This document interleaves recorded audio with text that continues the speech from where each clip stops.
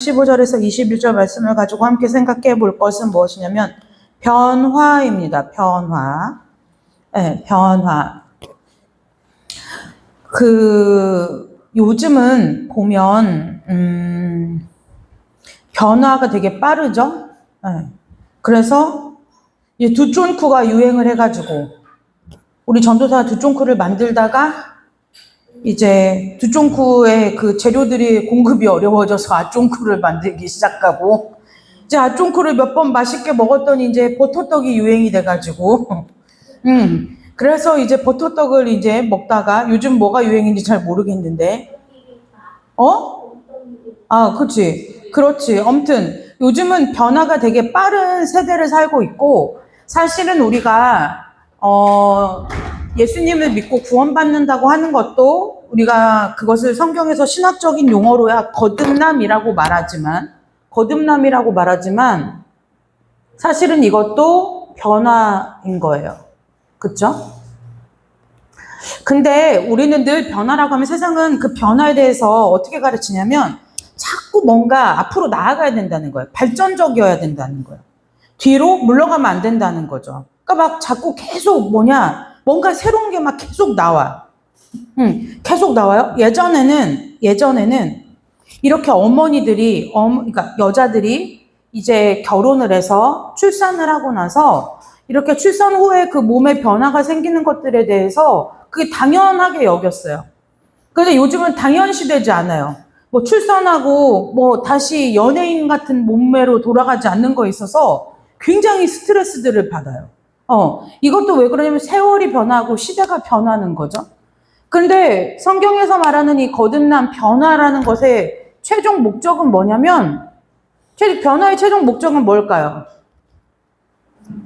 변화의 최종 목적은 원래 자리로 돌아가는 거예요. 회귀예요, 회귀. 원래 자리로, 우리가 원래 있던 자리로 되돌아가는 거예요. 그러니까 성경은 하나님께서는 우리에게 성경을 통해서 말씀하실 때 변화라는 것이 막 예를 들어 이런 거죠. 내가 원래 막 T야. 그리고 성격이 외향적이고 굉장히 적극적이야.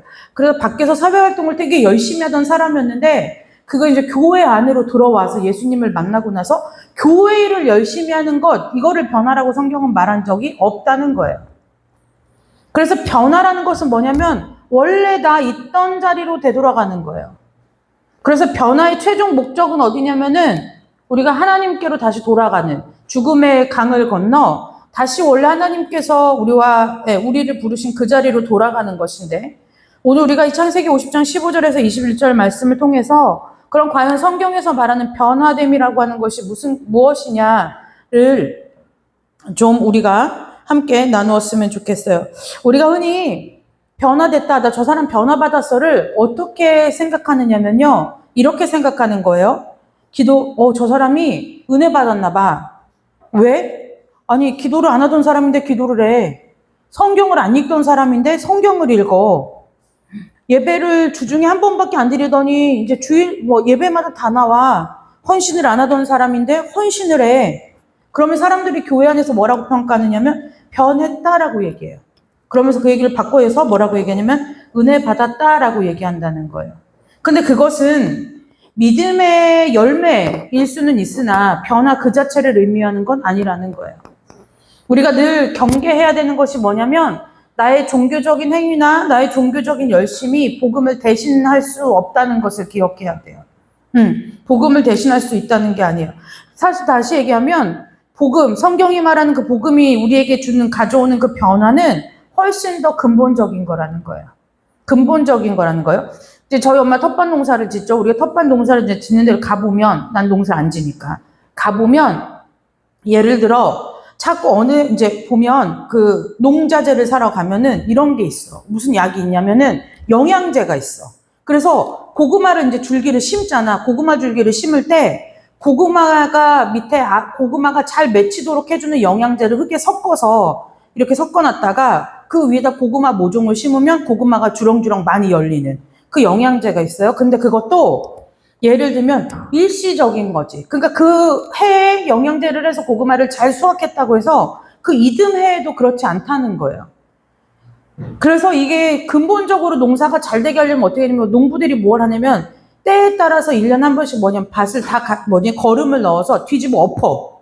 다 엎어. 그러면 그 땅에는 무엇을 심든지 간에 평균 이상의 수출을 낸다는 거예요. 묵은 밭을 성경은 그것을 뭐라고 얘기하냐면 묵은 밭을 기경한다고 얘기하는 거죠. 성경에서 말하는 그 변화라는 것은 사실은 우리가 어떻게 눈으로 드러나는 행동의 변화라든지 행동량이 증가하는 것을 말하는 것이 아니라 복음에 있어서 근원적인 변화, 근원적으로 뒤집히는 걸 얘기한다는 거예요.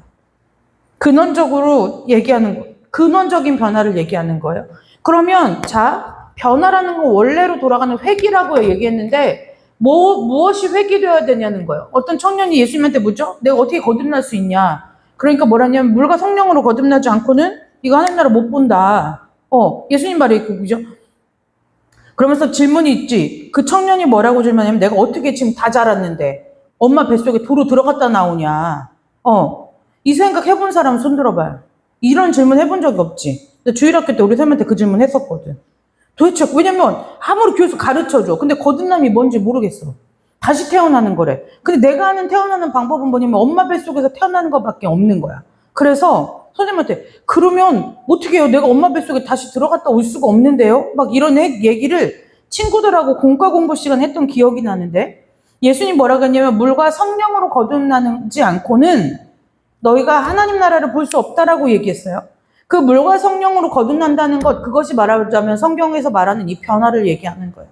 그럼 물과 성령으로 거듭났을 때 어떻게 도대체 지금 원래 그냥저냥 살고 있던 내가 어떻게 됐길래 이것이 변화가 됐다고 하느냐? 그 뒤에 답이 나오죠. 하나님 나라를 볼 수 있느냐 없느냐가 변화의 시작이라는 거예요. 내가 하나님 나라가 보여. 그것이 시작이라는 거예요. 오래전에 설교하면서 얘기를 한번 했던 적이 있던 것 같은데 우리가 성경에서 말하는 하나님 나라는 우리가 죽어서 간 천국이 있겠고 그 다음에 하나님의 지배, 통치가 임하는 하나님의 나라라는 게 있다고 했어요. 하나님의 나라라는 게 있다고 그랬어요. 그러니까 이 하나님의 나라라는 것이 뭐냐면 오늘 우리가 함께 보게 된 이 본문과 같이 요셉이 지금 보는 이 시선과 요셉이 보는 이 가치관의 변화가 바로 뭐냐면 하나님 나라를 보는 거라는 거야. 예전에는 요셉같이 억울한 사람이 없는 거야. 자랑 한번 했다가 인생이 팔려가는 인생이 되는 거지. 자랑을 한번 했는데 팔려가는 인생이 됐어. 그 팔려간 것도 억울해 죽겠어. 팔려가서 우리 아버지 밑에 있었으면은 야곱이 꽤 잘 살았기 때문에 별 걱정 없이 순탄하게 잘 살았을 것인데 꿈꾼 거 자랑 한번 하고 꿈꾼 거 2번 자랑했다가 팔려가는 인생이 돼버렸어. 갔더니 노예로 살아. 노예로 사는데 또 억울한 일을 또 당해. 감옥까지 갇혀. 그러니까 감옥에서 그래도 이게 기회다 싶게 꿈도 한번 해석을 해줬어. 조만간 연락이 오겠지. 기다렸는데 연락이 안 와. 한참 동안 안 와. 그래, 나의 인생은 여기서 끝인가 보다. 그냥 감옥에서 썩다가 죽으려나 보다 하는 그 시간에 어쨌든 다시 바로가 꿈을 꾸는 그 일로 인해서 요셉이 감옥에서 나오는 그 하나님의 어쨌든 요셉의 삶에 있어서 일어나는 쭉 그 핵심적인 사건들이 이렇게 있죠. 그런데 요셉이 이 창세기 후반에서 보면은 요셉이 하는 얘기와 형들이 하는 얘기가 굉장히 대조적이에요. 형들은 뭐냐, 이제 아버지 야곱이 죽었어요. 그러니까 뭐라 하냐, 아무리 내가 요즘 그 창세기를 읽고 있는데 요셉 아무리 봐도 야곱의 형들한테 이 얘기를 하라고 얘기해준 대목이 안 나와. 근데 이제 어떻게 되냐면 아버지는 죽으니 말이 없으시고 자기들은 살아야겠고 이러니까 요셉의 형제들이 뭐라고 얘기하냐면 요셉이 혹시 우리를 미워하여 우리가 그에게 한 모든 악을 다 갚자. 아버지가 살아계셨을 때는 우리가 저를 팔아먹은 것에 있어서 뭐라고 못하고 했는데 이제 아버지 때문에 잘해주다가 그 아버지가 안 계시니 이제는 정말 요셉이 복수할 수 있는 절호의 타이밍이 왔다라고 누가 생각했냐면 요셉의 형제들이 생각한 거예요. 그러니까는 뭐라고 말하냐면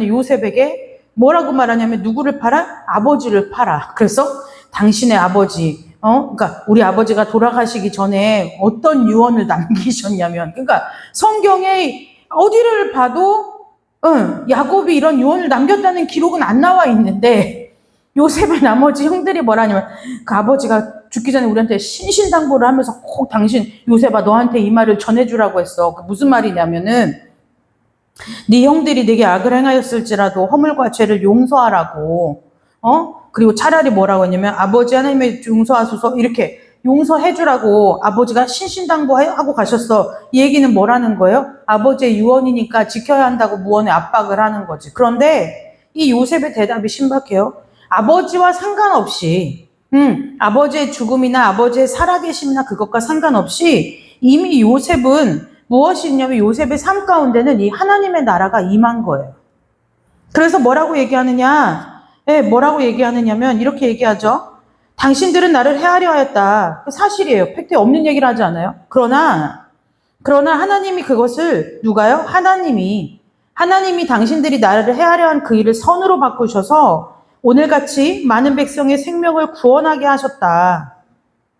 라는 것이 요셉이 자기의 일평생의 삶을 하나님의 시선으로 바라봤을 때 내린 결론이라는 거예요.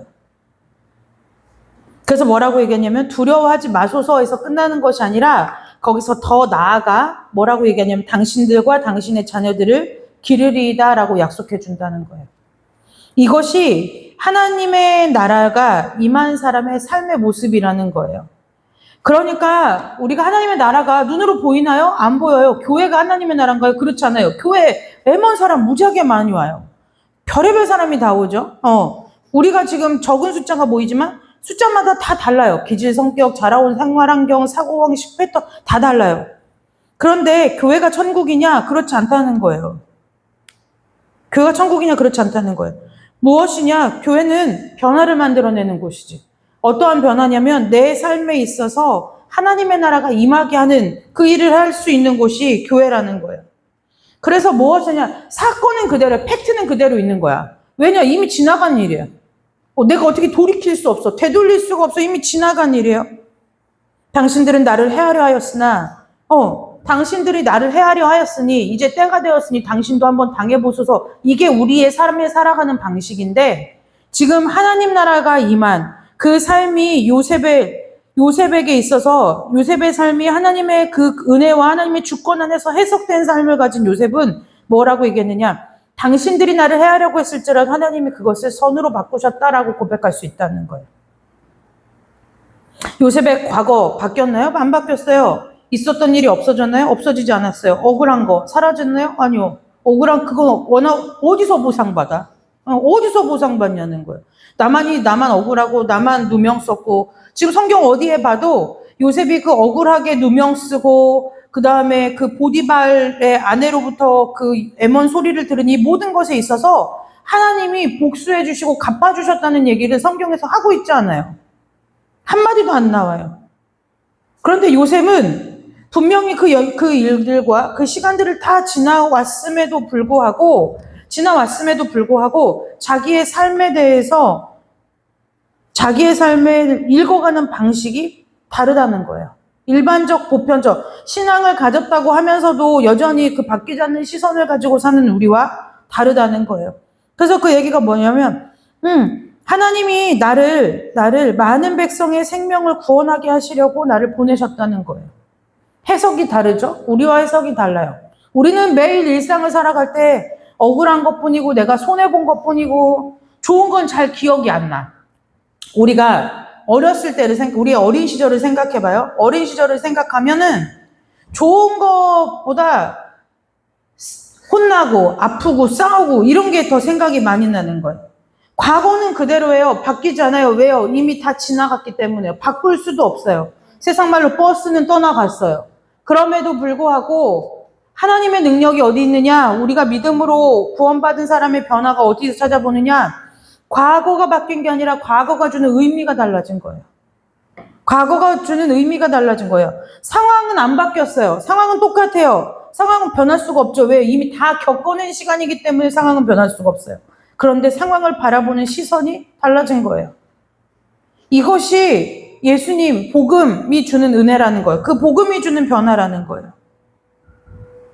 종교, 세상에서 말하는 그 종교는 우리에게 늘 이런 질문을 하죠. 얼마나 헌신했는데? 얼만큼 성경 읽었는데? 몇 시간 기도했는데? 몇 사람 전도했는데? 이걸 물어봐요. 그런데 성경이 우리에게 질문하는 내용은 그것이 아니에요. 그것이 아니라 내가 하나님 앞에서 내가 그렇게 억울하고 내가 그렇게 나 혼자 괴로운 것 같고 나만 혼자 버려진 것 같고 나만 혼자였던 것 같은 이 모든 시간이 하나님 안에서 다르게 해석되기 시작하느냐는 거야. 기도의 양이, 자 보세요. 종교가 있고요. 종교가 있고 종교를 넘어서 뛰어넘는 복음이라는 게 있어요. 종교적 차원은 크게 우리의 도덕이나 윤리의 가치관의 그 상식선을 넘지 않아요. 그래서 교회가 주는 질문을, 교회가 던지는 메시지의 질문을 보면 이 교회가 종교적인지 복음적인지 알 수 있는 거예요. 종교성을 띤 교회는요, 모든 종교가 마찬가지예요. 교회뿐만 아니라 불교만 어디 다 할 것 없이 이 종교는 늘 무엇을 물어보느냐면 얼만큼 했는데를 물어봐요. 얼만큼 했는데? 기도 몇 시간? 전도 얼만큼? 성경 몇 번 읽었는데? 성경 하루에 몇 장 읽었는데? 그런데 잘 보세요. 그걸 뛰어넘는 복음에 서 있는 사람들의 질문은 뭐냐면 질문이 달라요. 왜요? 기도의 양이 보이는 것이 아니고요. 이 사람이 이만큼을 기도하기까지 얼만큼 기도할 수밖에 없이 하나님이 이 사람을 이끌어왔는지를 보는 거란 말이에요. 그러니까 시선이 다르죠? 시선이 달라요. 시선이 다른 거예요. 기도의 양이 늘어나는 거에 초점을 맞추면 이건 종교인 거예요. 성경을 얼만큼 읽었냐? 이거 물어보는 거? 이거 종교인 거예요. 근데 성경 그럼 이게 중요하지 않냐? 아니요, 중요해요. 왜냐? 이걸 통해서 하나님이 복음 안으로 끌어들이시기 때문에 이것이 중요하지 않다는 얘기를 하는 게 아니에요. 근데 문제는 뭐냐면 이 중요한 것 자체가 갖는 의미는 지극히 적다는 거예요. 그러니까 예전엔 난 기도하는 사람이 아니었어요. 그런데 은혜 받고 하나님을 더 깊이 알아보다 보니까 기도할 것 투성이인 거예요. 왜 그럴까요? 하나님에 대해서 더 많이 알게 됐거든요. 기도할 수밖에 없고 맡길 수밖에 없는 그 하나님이라는 분이 나하고 이제는 관계가 없는 사람이 아니라 관계가 아주 깊어 내 삶을 나누고도 맡길 수 있을 만큼의 하나님이기 때문에 내가 기도를 안 할래 안 할 수가 없는 거예요. 그러니까 기도의 양이 중요한 게 아니라 저 사람이 저만큼 기도할 때는 하나님 앞에 얼마만큼 하나님과의 관계가 깊어졌는지 그걸 보는 거라는 거예요. 그러니까 우리의 시선이 공동체 안에서 저 사람 왜 저렇게 저 사람은 저렇게 헌신하는데 나는 이렇게 못해서 어떻게? 저 사람 몇 도겠다는데 난 못해서 어떻게? 이거는 종교라는 거. 아직도 우리 신앙이 종교라는 거예요. 헌신 왜 해요? 헌신을 왜 할까요? 종교에 머물러 있는 사람들은 내가 하고 싶어서 하는 거예요. 내가 하나님이 좋아서 하죠. 근데 헌신을 더 많이 하는 것에 있어서의 근원적인 그 깊은 곳을 살펴보면 무엇하냐면 하나님 앞에 은혜 받은 것이 너무 크기 때문에 내가 드릴 수밖에 없는 거예요. 그러니까 이 변화라는 것은 단순히 세상의 종교나 사람이 생각으로 만들어낸 사상으로는 담을 수 없는 것이 변화라는 거예요. 오늘 이 요셉의 변화가 저와 여러분의 삶 가운데 그리고 매사에 매순간에 있어야 할 변화라는 거예요. 매사에 매순간에. 그러려면 어떻게 되느냐? 그냥 급할 때 왜 수액 맞아서 응급처치 하듯이 그때그때 영양제를 맞고 가는 이 삶이 아니라 우리의 심령이 아예 하나님의 말씀 안에서 기경되어지는 은혜가 있어야 된다는 거예요. 이제 아까 어떤 분이 이렇게 기도 요청을 했어요. 근데 기도 요청을 이렇게 받았는데 이제 보니까 자기가 어떠한 것을 이렇게 하는데 있어서 자기의 자녀가 이제 평소에 안 하던 행동을 해가지고 이제 엄마인 내가 학교를 불려가게 되었다. 그러면서 뭐라고 얘기하느냐면 그 영적인 공격인 것 같다. 뭐 이렇게 얘기하는 그 기도 요청 카톡을 이렇게 봤어요. 근데 그 순간 내가 이걸 보게 됐어요. 이걸 물음표가 생겼어요. 내가 왜 물음표가 내가 이거 맞추면 맛있는 거 사줄게. 맞춰봐. 내가 그 얘기를 들었는데 물음표가 생겼어요. 왜 물음표가 생겼을 것 같아요? 에? 목사님 뭐 맛있는 거 먹고 싶구나. 뭐라고요? 이게 왜 영적 전쟁이냐? 아, 그쵸. 이게 뭐냐면, 이런 거, 내가 왜 물음표를 가졌냐면, 원래 숨겨져 있던 문제가 하나님 앞에, 하나님이 이 시간들을 통해서 드러낸 것이라면, 이 사고는 없는 거예요. 네. 꼭 우리는 나쁜 일이 생기면 다 사단이 주는 거라고 생각하는 거예요. 그 틀린 말이 아니에요. 하나님이 좋은 걸 주지 나쁜 걸 우리에게 줄 리는 없어요. 그러나 우리가 이제 제가 이번 주간에도 어떤 분하고 그런 얘기를 좀 나누었는데, 우리가 늘 우리의 시선을 빼앗기지 말아야 되는 것은 뭐냐면, 우리가 지난주에도 얘기했잖아요. 베드로가 물을 잘 걷다가 빠져요. 누구 안 보고도 예수님 안 보다가 빠져요. 우리가 영적 전쟁하는 것도 좋고요. 신앙생활에서 말씀 읽는 것도 좋고, 기도하는 것도 좋고요. 뭐 하는 것도 좋고, 다 좋아요. 털시하는 것도 좋고, 다 좋아요. 중요하지 않은 게 아니에요. 다 필요한 거예요. 왜요? 하나님 그 모든 걸 다 쓰세요. 다 쓰세요. 그러니까 예를 들어 헌신을 안 하고 뭐 하고 이런 분보다야 그래도 아무래도 하나님 앞에 헌신하고 이러는 분이 하나님과의 관계성에 있어서 더 자주 만나니 더 친밀한 건 당연한 이치라는 거예요. 그걸 얘기하려는 것이 아니라, 문제는 뭐냐면 우리는 늘 시선이 어떻게 있냐면 땅에 머무른다는 거예요. 땅에 머물러요. 땅에 머무른다는 얘기는 무슨 뜻이냐면은 내 생각의 한계를 못 벗어나는 거예요. 그러니까 이건 안 좋은 일인데, 안 좋은 일이면 사단이 공격하네. 사단이 왜 공격하지? 그럼 어떻게 되냐면 제일 단순해요. 사단을 내쫓아야 되겠는데, 그럼 쫓아냈어요. 그러면 문제가 없어야 맞는 거잖아요. 근데 그게 아니라는 거예요. 그런데 그 문제가 여전히 지속돼요. 그건 하나님이 해결을 못하신 것이 아니라 하나님이 우리에게 어떠한 메시지를 주고 계신 거냐면, 눈을 들어 하늘을 봐라, 그 얘기를 하시는 거라는 거예요. 그래서 이것이 꼭 영적 전쟁으로만 볼 일인가? 영적 전쟁으로만 볼 일인가?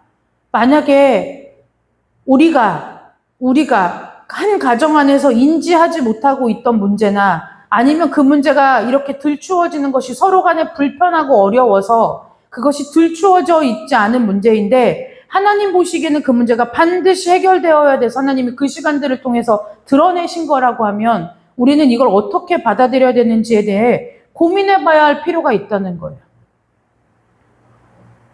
그래서 우리가 아까 서울교회 서두에 그러니까 종교가 아니라 변화는 원래 우리의 모습으로 회귀되는 거다. 그 예전에 창세기에서 아담과 하와가 범죄하기 전에 그 모습, 하나님과 격이 없이 소통하고 하나님 앞에서 자유롭게 거닐고 하나님과 자유로이 살 그때의 모습으로 돌아가는 것, 이것이 우리에게 있어서 성경이 말하는 변화라는 것을 기억해야 된다는 거예요.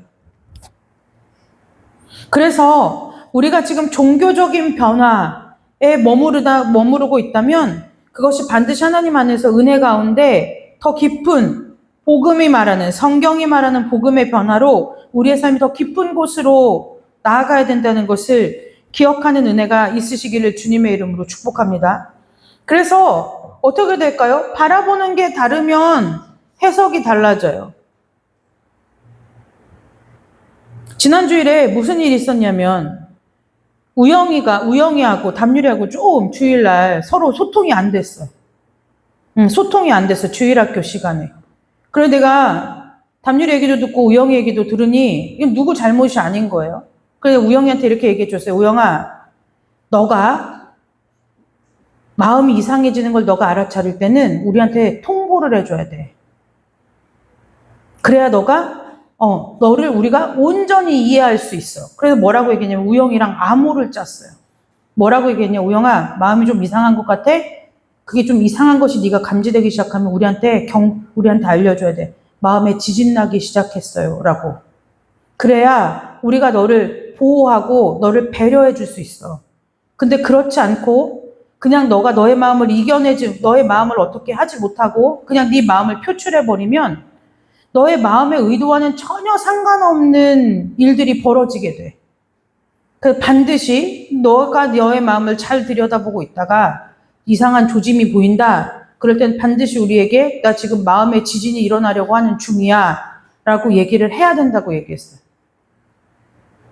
우리가 삶에 있어서 믿음으로 산다고 하는 것은 그저 믿습니다. 될 줄로 믿습니다. 할 수 있다. 하면 된다. 해보자. 이거 갖고 안 된다. 이거는 국방부 구호야. 국방부. 국방부 구호. 저 군인들 구호예요. 나는 그 찬양을 1년에 한 번도 안 불러. 할 수 있다. 하면 된다. 해보자. 자기 암시지. 그거 내가 해볼까요? 저기 각자 집에 가서 화장실에서 자기 자신을 보면서 할 수 있다. 하면 된다. 해보자를 계속 해봐. 그러면 진짜 뭐든 다 돼. 다 돼. 왜 그럴까요? 우리가 영적인 존재이기 때문에 그것이 다 돼요. 그래서 성경은 문제가 무엇이냐면 복음은 그걸 얘기하는 게 끝이 아니라는 거예요. 그것조차도 과정에 불과하다는 거예요. 그래서 하나님의 나라는 어디에서 시작하느냐? 그 하나님 나라로 내 안에 하나님 나라가 임하는, 지금 내 안에 하나님의 나라가 시작됐구나라는 것은 어디서부터 나타나느냐면 시선에서 나타나는 거예요. 시선. 내 삶을 바라보는 시선. 내 삶을 바라보는 시선. 내가 나와 다른 누군가를 바라보는 시선. 내가 한 번도 경험해보지 못하거나 겪어보지 못한 일들에 대한 시선에서 시작되는 거예요. 그래서 그 시선이 바뀌면 당연히 시선이 바뀌니까 해석이 달라지겠지. 우리 세상 사람들 그러잖아요. 좋게 보면 다 좋게 보이고 나쁘게 보면 다 나쁘게 보인다고 하는 것처럼 바라보는 시선이 달라지면 삶에 대한 해석이 달라져요. 그럼 해석이 달라지면 어떻게 되느냐? 거기에 따른 내 삶의 태도가 달라지는 거예요. 태도가 달라지는 거예요. 이 부모님이나 어른들이, 그러니까 성인들이 아이들을 대할 때 가장 놓치기 쉬운 게 뭐냐면 시선을 잘못 두는 거예요. 시선을 잘못 두는 거예요. 어리다, 부족하다, 그 다음에 내가 가르쳐야 된다. 그것이 무슨 얘기냐면 나보다 낮은 위치에 있다는 거예요. 훈육하지 말라는 것이 아니고요. 가르치지 말라는 뜻이 아니라 나와 얘가 동등된 위치에 있다라는 그 베이스가 있을 때는 이것이 아이를 대하는 태도나 아이가 행동하는 것에 대한 반응이나 이 모든 것들이 거기에 무엇이 포함되어 있느냐면 예수님께서 우리에게 그러하셨듯이 존중이 포함되어 있는 거예요. 존중이 포함되어 있는 거예요. 그런데 네가 뭘 알아. 그래도 내가 너보다 좀 엄마 아빠가 너보다 인생을 좀 몇 년 더 살아서 엄마 아빠 말 듣는 게 좋아. 엄마 아빠 말 들어서 그닥 좋은 거 많이 없어. 많이 없어요.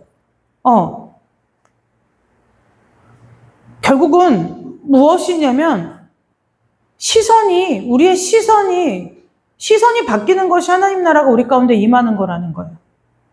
그래서요, 아이를 바라보는 시선, 교회에서 소외된 자를 바라보는 시선, 그 다음에 세상에서 나와 다른 사람을 바라보는 시선, 그 시선이 달라져야 내 태도가 바뀌는 거예요. 시선이 바뀌지 않으면 내 태도는 여전히 똑같아요. 그래서 하나님의 나라는 어디서부터 시작되느냐? 내 시선에서 시작되는 거예요. 내 시선에서 시작되는 거죠. 그래서 이제 말씀을 정리하고 마치는데요. 변화라는 거는 내 삶에요, 다른 일이 일어나는 게 아니에요. 내 삶에 다른 일이 일어나는 게 아니에요. 우리는 그걸 바래요. 기도할 때도 마찬가지죠. 하나님 기도 열심히 해요.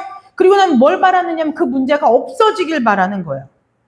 그 문제가 없어지길 바라고요. 내가 그렇게 바라고 원하던 것이 교회 문을 열고 기도 자리를 털고 일어나 나가면 그것이 되어 있기를 바라는 거예요. 근데 성경은 한 번도 그것을 그렇게 얘기해 본 적이 없어요. 무슨 뜻이냐? 이미 내 삶에 내가 알든 모르든 내 삶의 주인 되신 하나님께서 나와 함께 걸어온 내 삶의 시간들에 대해서 어떻게 해석이 되느냐? 예전에 나만 억울하고 피해자 같고 괴롭고 나만 이렇게 사는 것 같고 이랬는데 그 시선이 어떻게 바뀌느냐? 하나님 안에서 다르게 보이기 시작하는 거라는 거예요. 그래서요, 변화된 사람, 예수 안에서 거듭난 사람은 어떤 사람이냐? 내가 가난하게 살았는데 부여해가지고 포르쉐를 타고 연봉 1년에 얼마를 벌어서 내가 받듯이 나 혼자 벌어서 먹고 살던 사람이 갑자기 거부가 돼가지고 선교지에 몇백억, 몇 억씩을 흘려보내고 이것이 변화된 인생이 아니라는 거예요. 그건 언제든지, 그거는, 보세요. 세상의 경기에 따라 다른 거예요. 돈벌이는, 보세요. 하나님의 큰 섭리 안에 세상의 돈벌이는 세상의 경기에 달린 거예요. 그 경기의 흐름을 믿는 자들은 무엇으로 돌파하느냐면 기도로 돌파하는 거예요. 어떻게 해요? 위기 가운데 좀 하나님 앞에 지혜도 얻고, 또 그 다음에 미리미리 오늘 요셉과 같이, 자, 요셉이 바로가 꿈을 꿨어요. 흉년이 그러면 안 왔어야 맞는 거잖아요. 우리의 바램대로, 우리의 신앙대로라면 7년, 6년은 안 오고 그 뒤에 흉년 올 7년도 기도하면은 만사가 변화되기 때문에 7년, 흉년도 7년 풍년으로 바뀌어서 14년이 풍년이 되는 게 원래 우리 상식의 신앙인데, 바로가 꾼 꿈대로요. 7년 풍년이 오고 7년 흉년이 와요. 근데 하나님의 방식은 뭐냐면 그 흉년이 올 때에 무엇 하느냐면 하나님의 지혜는 뭐냐면 그 위기가 올 때 하나님이 주시는 그 믿음 안에서 대비할 수 있는 지혜를 주신다는 거예요. 대비할 수 있는 지혜를 주신다는 거예요. 그래서 우리가 생각하는 변화는 막 개과천선, 막 개천에서 욕 나가지고 막 내 삶이 막 변하고 막 내가 갑자기 가난했는데 막 거부가 되고 이런 걸 얘기하지만 원래 변화는 다른 인생을 사는, 내가 꿈꾸고 내가 소원하고 내가 바라던 인생을 사는 것이 아니라 내가 지금까지 살아오고 앞으로도 걸어갈 내 삶에 대해서 하나님의 시선으로 해석할 수 있게 되는 것, 이것이 진짜 성경이 말하는 변화라는 거예요. 그래서 우리가 하나님께 거저받은 그 은혜는요, 이런 거예요. 내 인생에서 기억하기 싫고 떠올리기 싫고 두 번 다시 생각하고 싶지 않은 그 장면을 하나님이 지우개로 지워주는 것이 은혜가 아니에요. 진짜 은혜는 뭐냐면 내가 그렇게 기억하기 싫고 떠올리기 싫고 입 밖으로 꺼내기도 싫은 그 시간 가운데서도 그 시간 가운데도 나와 함께 계셨던 하나님을 발견하는 거라는 거예요. 자, 우리 한번 이제 정리하고 우리 기도하고 돌아갈 건데요. 지금 내가 지금까지 걸어온 나의 삶에 있어서 우리가 보면은 이제 각자 사람의 인생 가운데 몇 가지들에게 포인트들이 좀 기억나는 것들이 있어요. 왜 기억이 날까요? 내 인생에 그만큼 중대한 영향을 미쳤기 때문에 그래요. 그런데 그 일들에 있어서 오늘 내가 어떻게 해석하고 있는지에 대하여 우리가 한번 하나님 앞에 물으면서 나아갔으면 좋겠어요. 여전히 상처의 시선으로 보는지, 여전히 실패한 그 시선으로 보는지, 여전히 그 억울함과 원망으로 그 일들을 바라보고 있는지, 아니면 다 이해할 수는 없어도 여전히 그 삶 속에서 일하시는 하나님의 시선 가운데 내가 보려고 내가 노력하고 몸부림치고 있는지에 대해서 우리가 좀 이 말씀 앞에 깊이 묵상해보는 은혜가 있으시기를 주님의 이름으로 축복합니다. 하나님은 상황을 바꾸시지 않아요. 상황을 바꾸시는 것은 정말 우리 인생 가운데 몇 번 없어요. 몇 번 없어요. 그런데 그 몇 번 없는 기적을 나는 늘 누군가를 만나도 똑같은 얘기를 하는데 그 인생에 한 번 올까 말까한 기적을 바라느라고 일상을 허비하지 말라는 거예요.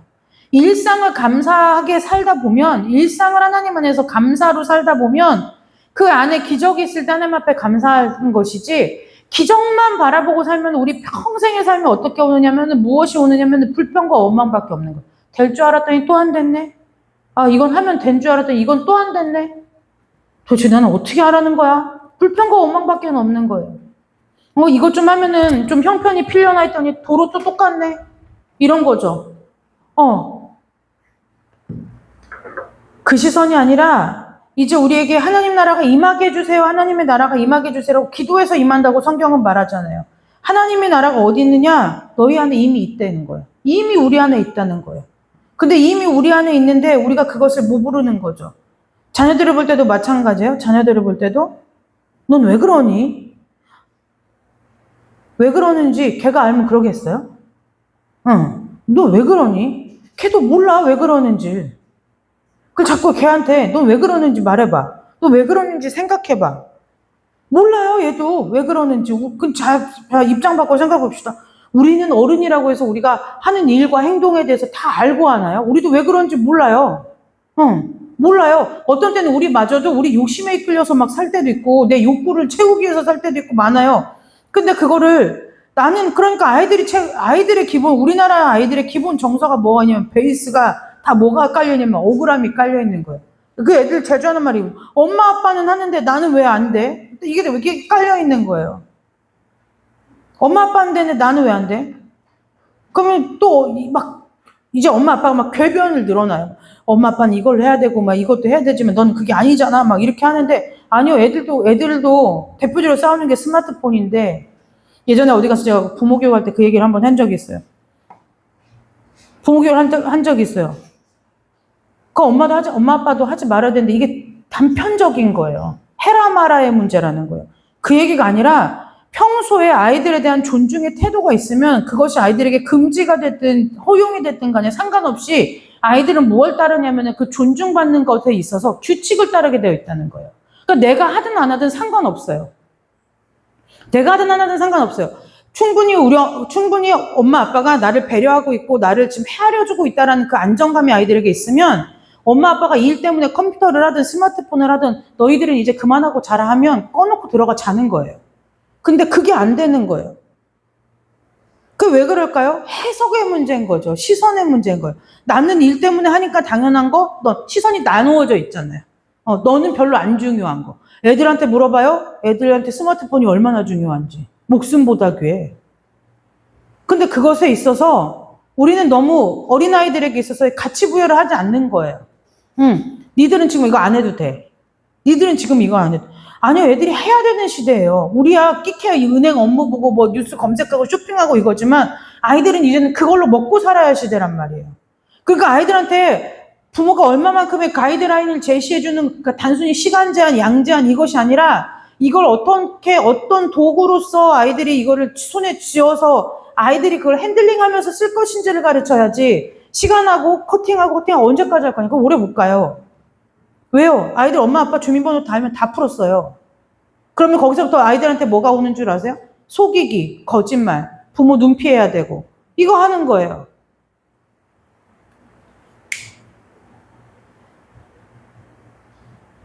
그래서 여러분, 저와 여러분이 이 시간에 기도할 때요, 막 삶의 막 큰 일에 대해서 해석, 이게 아니라 삶의 작은 일에서부터 좀 해석이 달라져야 돼요. 여러분, 나 자신에 대한 해석도 달라져야 돼요. 나라는 걸 이거 굉장히 중요한데요. 설명 잘 들으세요. 나는 날까요? 나는 나예요? 모르겠지. 나는 하나님이잖아요. 거의 세일러문이었어. 근데 자, 성경에서 나는 나다라고 말하시는 분은 한 분이에요. 하나님. 하나님께서 나는 나다라고 하실 수 있는 이유는 뭐냐면 그분은 그분 자신에 대해서 다 알고 있는 거예요. 근데 자 보세요. 나는 나 자신을 다 알아요? 몰라요? 모르죠. 나 아무리 기도해보고 아무리 뭘 해봐도 나는 나에 대해서 몰라요. 그 얘기는 무슨 뜻이냐면은 하나님께서 내가 나로 살게 은혜를 베풀어 주신 거지 내가 내 스스로 자생적으로 내가 무슨 능력이 있어서 사는 것이 아니라는 얘기예요. 잘 기억하세요. 나는 날까요? 아닐까요?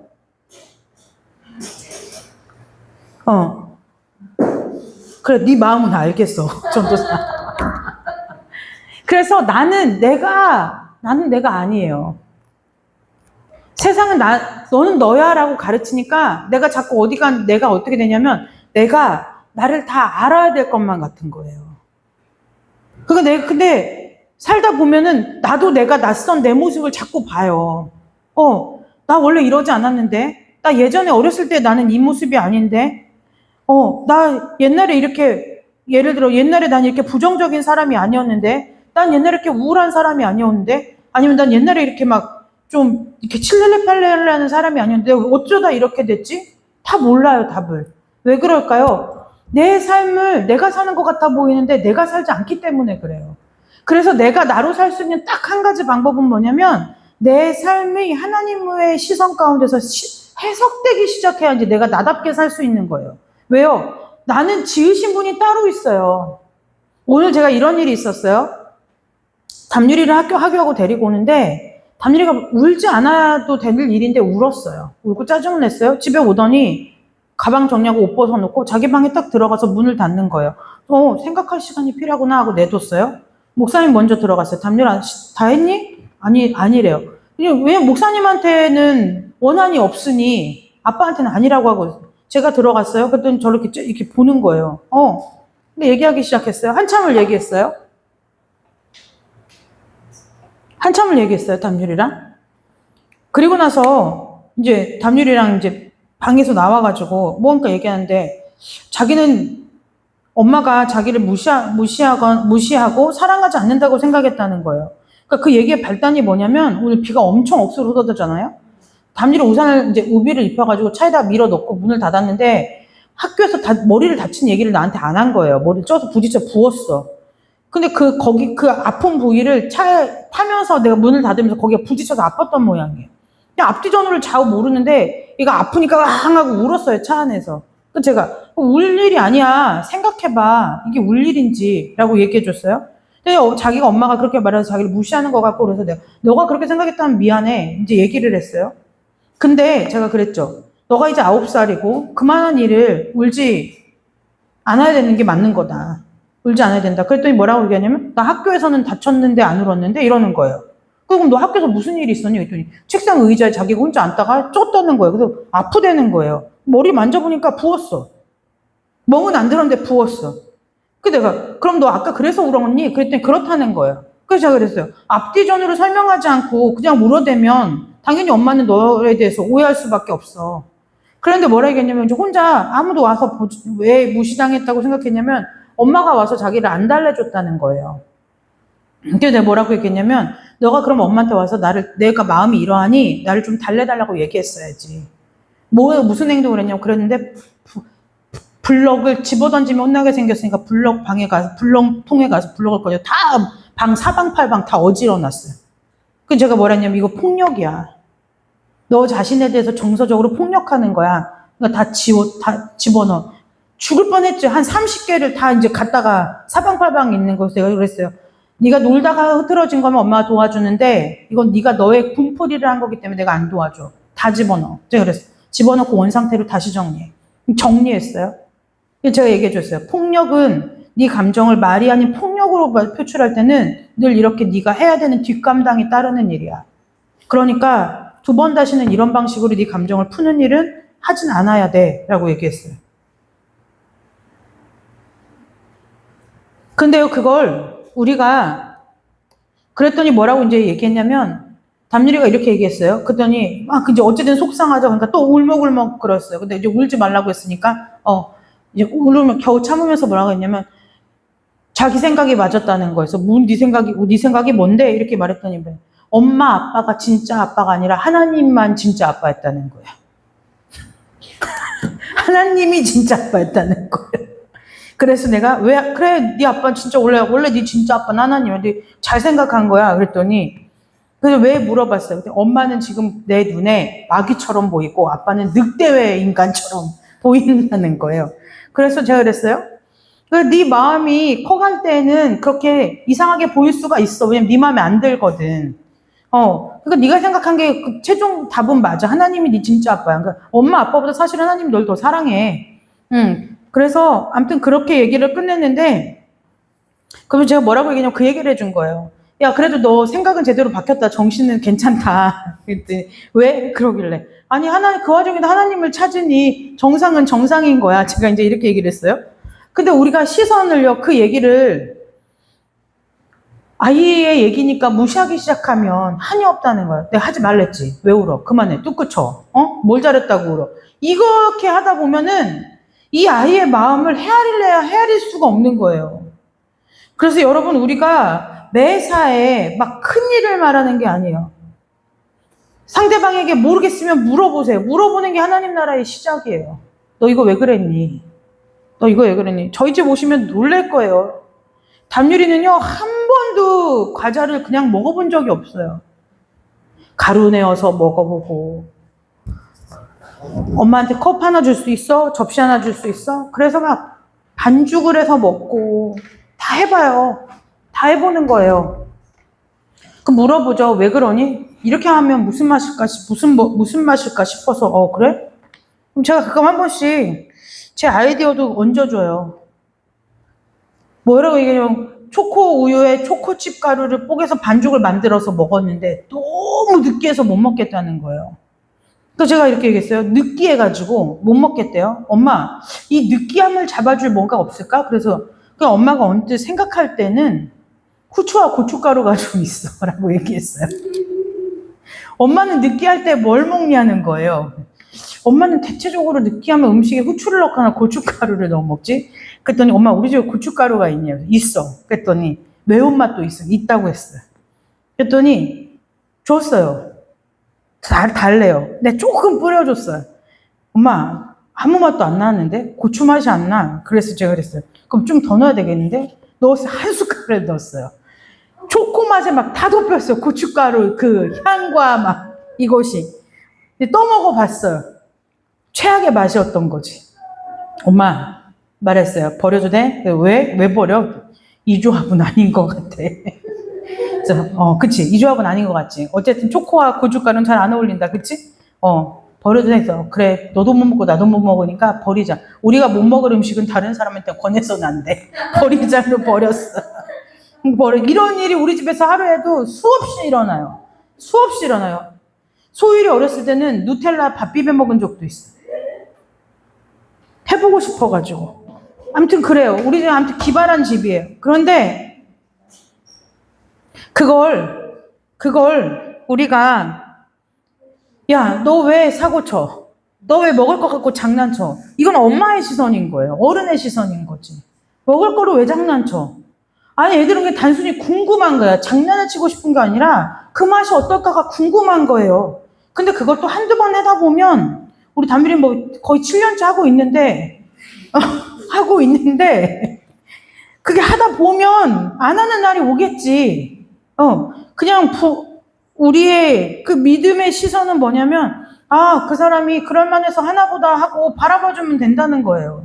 교회에서도 마찬가지죠. 저 사람이 저러는 데는 이유가 있어요. 나름대로의 이유여서 그렇지. 지난주 설교한 대로 나름대로의 이유여서 그러나 그 사람의 입장에서 보면 그것이 합당한 이유인 거예요. 내가 볼 때 합당하지 않은 거지. 그러니 우리가 하나님 나라라는 것이 먼 데 있는 게 아니라 그 사람의 입장에서 헤아려 주는 것이 하나님 안에서 하나님 나라라는 거예요. 그 하나님 나라가 먼 데 있지 않아요. 막 많이 헌신하고 막 많이 뭐하고 이것에 있지 않다는 것을 기억하시고, 여러분 오늘 제가 담유라고 그 얘기했어요. 담유라, 엄마의 사랑이 지금은 변해.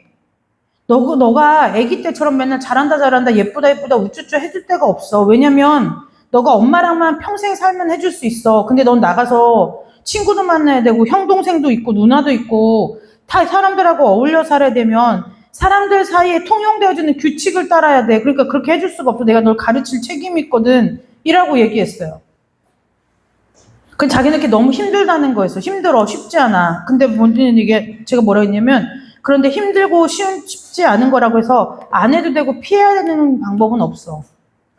하다 보면 되고 되다 보면 당연히 자연스럽게 되는 일이야. 제가 얘기해 줬어요. 여러분 하나님의 나라가 임하는 거요? 처음에 그냥 거저 은혜 받듯이 되면 쉽지만 그렇지 않아요. 자꾸 내가 하나님 앞에 기도하고 하나님의 도우심을 구하고 의도적으로 나의 시선을 바꿔야 돼요. 하나님이 그것 때문에 우리 신분을 바꿔준 거예요. 하나님의 자녀가 되는 권세는 뭐냐면 이거예요. 내가 하나님처럼 생각할 수 있다는 거예요. 우리는 하나님의 자녀가 되는 권세라면 여러분 맨날 저는 그래서 전 모태신앙 출신인데 저는 그 똑같은 그 설교 되게 싫어해요. 하나님의 자녀가 되는 여러분 권세가 있습니다. 그 권세가 뭐냐면 여러분 복을 받았대. 뭔 복을 받았어요, 우리가? 부자로 살아요. 뭐 자식들이 뭐 쭉쭉빵빵 잘 나가요. 뭐예요? 어떻게 보면 내가 지금 이러고 살 수 있나 싶은 상황 가운데 우리가 맨날 코너에 몰리는 삶을 사는 게 평생의 삶 가운데 거의 대부분의 시간이에요. 그걸 성경은 복이라고 말하지 않아요. 성경에서 복은 뭐냐? 네가 하나님의 자녀, 내 자녀가 되었으니 너가 나처럼 생각하고 나처럼 행동할 수 있다는 거예요. 나처럼 바라볼 수 있다는 거예요. 사람을 바라볼 때 예전에는 쟤 왜 태어나서 왜 저러고 있지? 라고 했던 사람이 그렇게 귀해 보일 수밖에 없다는 거예요. 귀해 보일 수밖에 없다는 거예요. 그래서 여러분 기억하세요. 하나님의 자녀된 권세는요, 다른 데 있지 않아요. 먼 데 있지 않아요. 내 문제가 다 해결되고 내가 막 높은 사람들과 어울리면서 명예를 얻고 부를 누리면서 살아가는 것, 이것을 성경은 복이라고 말한 적이 한 번도 없어요. 하나님의 자녀가 되는 복은 무엇이냐면 이게 복이에요. 모든 상황과 모든 문제와 모든 관계와 나 아닌 다른 사람을 볼 때 누구처럼 보는 게 복이냐면 하나님처럼 그 사람을 볼 수 있는 게 복이라는 거예요. 그래서 저와 여러분에게 이 은혜가 있었으면 좋겠어요. 하나님, 나도 하나님의 자녀이니 하나님이 보시는 것처럼 보기를 원합니다. 부모가 역할이 그거 아니에요? 네, 애들은 부모 닮아요. 어쩔 수가 없어요. 어쩔 수가 없어요. 요즘 담유리가요, 굉장한 성장통을 알아요. 마음의 성장통을 알아요. 왜 그럴까요? 제가 가치 기준, 도덕적 가치 기준을 너무 높여놨어요. 우리 애들이 그래서 어려워요. 왜냐? 이런 거죠. 제가 친구들 몸에 함부로 손대지 말라고 했는데 친구들은 자기 몸에 함부로 손대요. 그러니까 얘는 이게 불편한 거예요. 그 얘가 자꾸 하지 말라고 하는데 친구들이 내가 하지 말라고 한다고 안 하나요? 그래도 재밌으면 하죠. 그러니까 얘는 그게 나는 그렇게 하지 않는데 왜 얘는 그렇게 하냐는 거예요. 하지 말라고 해도 계속하고 선생님도 그냥 어느 정도는 그냥 보아주고 있고. 그래서 얘기했어요. 그건 너의 기준이지 걔의 기준은 아니야. 기준이 서로 달라. 근데 너가 이 기준을 밑으로 내려놓으면 너의 기준을 엄마가 그렇다고 해서 낮춰줄 수는 없어. 왜냐? 너가 누구한텐간 무례한 사람이 되기 때문에 그래. 상대방이 너에게 무례하게 구는 것은 상대방이 너에게 무례한 거지만 네가 너 자신이 무례한 사람이 될 수 없기 때문에 너에게 있어서는 기준이 높아질 수밖에 없어. 그러니까 그건 네가 참고 견뎌내야 되는 거야. 모든 사람이 너 같을 수는 없어. 그러니까 모든 사람이 너에게 그 일로 인하여 사과하지 않을 거야. 모든 사람이 너한테 그것에 있어서 미안해하지 않을 수도 있어. 왜? 걔가 볼 때는 그냥 당연한 거니까. 근데 그것 때문에 네가 억울해하거나 너가 힘들어하면은 그건 네가 이겨내야 되는 거야. 라고 얘기하니까 요즘 아무튼 한참 지금 성장통을 겪고 있는데 여러분 하나님의 나라, 하나님의 시선을 갖는다는 것은요. 하나님의 자녀가 되는 그 권세를 얻는 것은 쉬운 것이 아니에요. 권세에 합당하게 살아야 되는 거예요. 그러니까 우리가 구원받았다고 좋다고만 할 것이 아니라 그 구원받은 자녀, 신분의 변화가 있는 그 변화된 신분으로서 살아내는 게요. 쉽겠어요? 예전 것을 버려야 되는데 쉽지 않아요. 그러나 성경은 늘 무엇이라고 말하냐면 그 길 가운데 하나님이 함께 계시겠다는 거예요. 함께 계시겠다는 거예요. 여러분 믿는 사람이 욕하면 되나요? 욕을 할 줄 몰라서 못하나요? 우리 소리가 저보고 얘기했어요. 엄마, 제가 엄마, 무슨 얘기인가 이렇게 했어요. 나쁜 놈이래. 나쁜 새끼. 나쁜 새끼 제가 얘기를 하니까 엄마 욕을 되게 순수하게 한다는 거예요. 그 제가 이렇게 얘기했어요. 야, 입력값을 안 뒀으니까 그래. 입력값이 내 안에 있으면 안 되지. 그 말이 나한테 들어올 때 쳐내야 되는 거지.